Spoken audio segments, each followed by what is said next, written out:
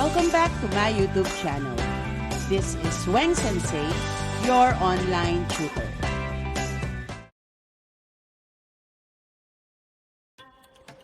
Our expression of the day is sort of.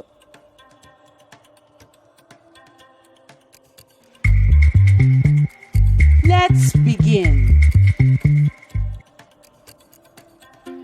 We use the expression sort of to say that something is partly true. Example conversation. It's Mom's day off. She can stay home, right? Sort of. But she'll go out in the afternoon to buy us some stuff.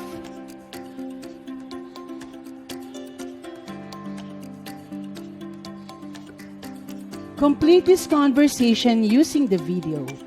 Use sort of in your response. Let's try this. This store is near our school. We can work there this summer. What do you think? Type your answer on the comment section.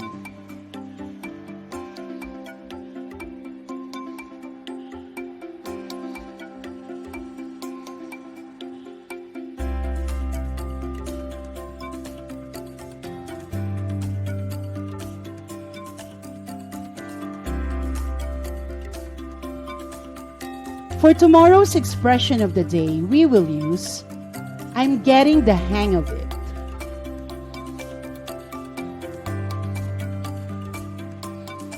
Subscribe to my YouTube channel to get your daily expression of the day.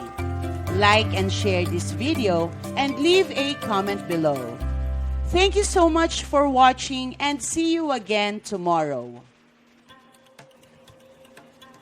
Again, this is Weng Sensei, your online tutor.